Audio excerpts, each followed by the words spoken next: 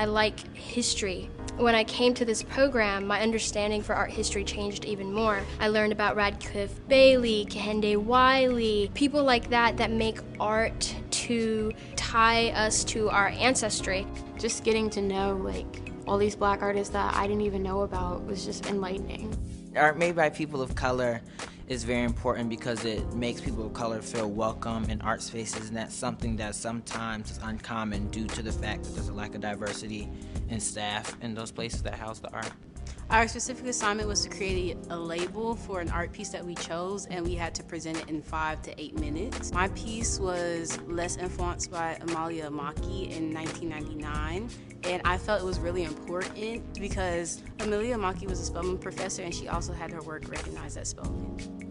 I chose this particular painting because it reminded me of myself. The African American woman that was in the post, she kind of reminded me of my grandmother. The artist, Francis Chris, told a story in the painting. I wanted to research and learn more about it. I chose the piece Trails and Trials, A Century's Journey to a Dream by Roberto Lugo.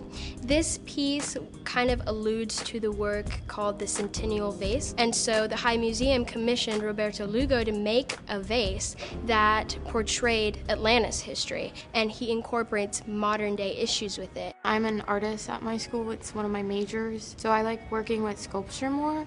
My piece is A Young Woman of Trastevere, age 25, by Charles Cordier. He was a French ethnographic sculptor, and he was trying to show the ubiquity of beauty in various races. The piece I chose for individual project, it was a bowl by Paul Ding Farnham. It was for the Paris Exposition Universelle, which was in 1900. I'm especially interested in decorative art of the early 20th century because they have a lot of non-Western influences, because you don't see that in years prior with a lot of American and European decorative arts. I got to meet different curators and hear their stories, and it kind of inspired me to want to find what I want to do when I get older and pursue my dream. I hope in the future that art, it becomes more diverse, and that not only is our art in museums, but we're also having positions of leadership within those museums, because that could really create change. The sisterhood of Spelman was brought through in the college experience. I just didn't realize how much work went into it in terms of actually getting the exhibit opened and up and running.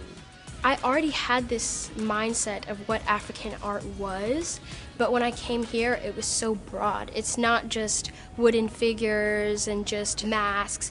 It's so many things, and that's what's actually really making me want to be a curator now.